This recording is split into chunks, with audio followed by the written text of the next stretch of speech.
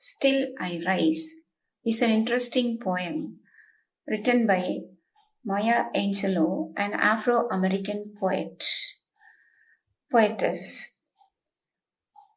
The very title of the poem explains the theme of the poem. The word still portrays the pain and pain the poetess has been undergoing for a longer time. While reading this poem, I was reminded of one informative lecture I attended some years back. The speaker was Dr. Vaidyanathan, the then professor of Webkoshlank Engineering College. The topic was emotional intelligence, and it was the style of the speaker to illustrate, to substantiate his topic with good case studies. Here also he was making use of case studies, and I joined the program only in the middle. When I joined, he was making a review of the performance of 5 CEOs. Of the 5, 2 happened to be women and 3 men. And in the conclusion, the speaker was making a compliment to the women CEOs that they were more successful than their male counterparts. And I was very much happy and surprised to see this kind of a compliment being given by a male speaker, because it is always a rarity to see men complimenting women. Even if it is done at times, occasionally, it becomes only a left-handed compliment. So I made use of that opportunity and posed this question to the speaker whether his choice of the examples was deliberate or a matter of chance. He smilingly remarked, "Women are capable of emoting positively." Yes, the fair sex, though humorously termed so, is fairer and more wiser actually, more intelligent in taking decisions. The present literature also finds women with a higher positivity channelized properly to the strategic management of the threats, the external threats. Perhaps an emotional brain responds to an event than a thinking brain, and Maya Angelou's Still I Rise illustrates strongly this concept. The emotional articulations made in this poem are explicit and assertive. They prove the strong personality of the poet. Maya Angelou was a poet, a singer, a civil rights activist, a journalist, a fry cook, a sex worker, a nightclub dancer, and a performer. Her earnest emotions, expressed very strongly, prove her rightfulness and enables us to comprehend her intelligent convictions and decisions to uphold her liberty and her decision to enjoy life, every moment of life, and of course, rise progressively.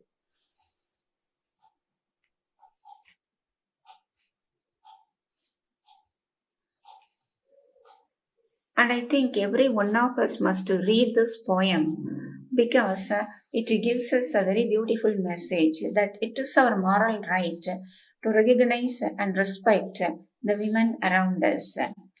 The word women brings in the film, the recent film, Shauntala Devi, to my mind.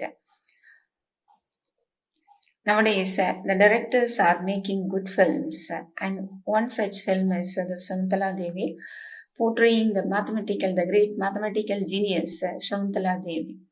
And though she was a genius, She was very much angry she couldn't understand her mother. She was very much angry with her mother. See, she was an above average daughter.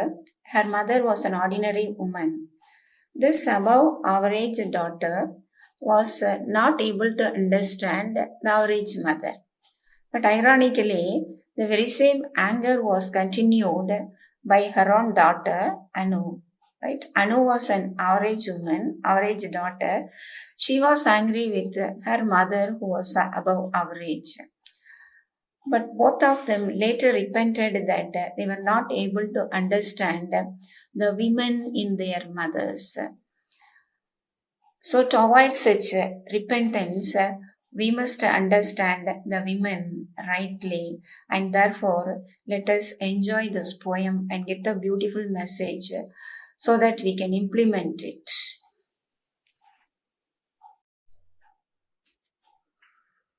At the outset, the poet addresses the society that has been oppressing the black. She tells them that all their bitter and twisted lies against her, documented as a history, can never disturb her. Let them treat her as dust and walk on her. After all, she is going to rise up like the dust particles. What a down to earth comparison she is making use of. The biblical implication that all are created out of dust and discrimination is illogical and irrational only adds strength to her conviction that all are equal before God. The society cannot tolerate her growing joy and assertiveness. To them, they are tokens of sauciness. Her dignified walk is interpreted as the boastful walk of the owner of several oil wells. Talking ill of the outspoken women is a routine of the world. We can imagine the proud walk of the poetess and the irritated face of the males. We are only reminded of the great advocate of women development, Bharati, and his description of the majestic bearing of dignified women. Only Bharatis can celebrate bold women. The poet then goes on describing her hopefulness, which is springing with certainty like the suns, moons, air, and tides. The objects of comparison once again highlight the height of her confidence and performance. The poet can make intelligent conjectures of the society's preconceived image of a woman, especially a black woman. If the woman is broken and maintains a posture of bowed head and lowered eyes, the oppressors will be gratified. But the poet is determined not to make them happy. We cannot help recalling Mahakavi's description of நிமிர்ந்த நடை நேர்கொண்ட பார்வை. Is it not the commonplace desire of the society, at least the majority in the society, to see women with lowered eyes and bowed head?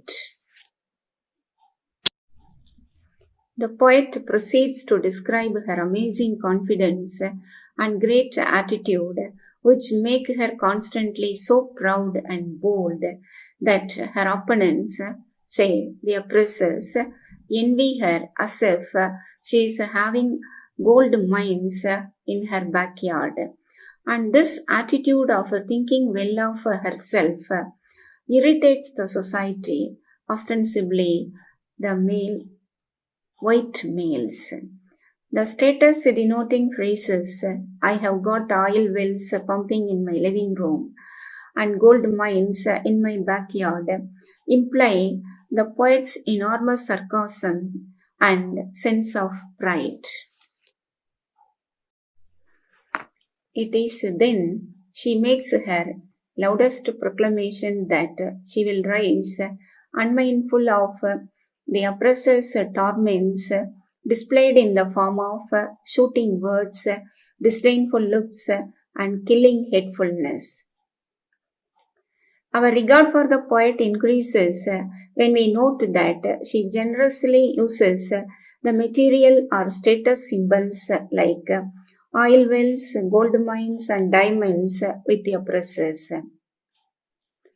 Whereas powerful representatives of nature like the suns, moons, tides, air, and ocean are associated with her to signify her sense of pride, self esteem, confidence, intelligence, courage, and hopefulness.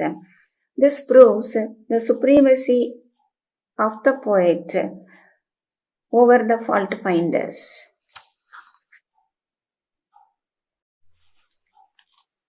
The poet considers the torments and ill treatments experienced by the black society as shameful history.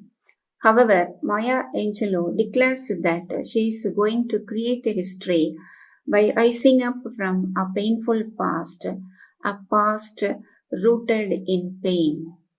The similes and metaphors become stronger when administered by a strong personality like the poet. The poet calls her a black ocean in high tides, implying the plurality of the black and the severity of the turmoil. The seemingly casual change of the tense from the future to the present becomes intensely meaningful, signifying the present as the time of action. The concluding stanza is a reiteration of the poet's sound conviction that she is the dream and hope of the black community, awaiting a wondrously clear daybreak. The repetition of the magic sentence, I rise, creates an ambience of hope, confidence, leadership, self empowerment, and bliss, where every one of the readers is prepared to rush in. Thus, singularity of her powerful personality presents her the status of the spokesperson for the black in general and women in particular.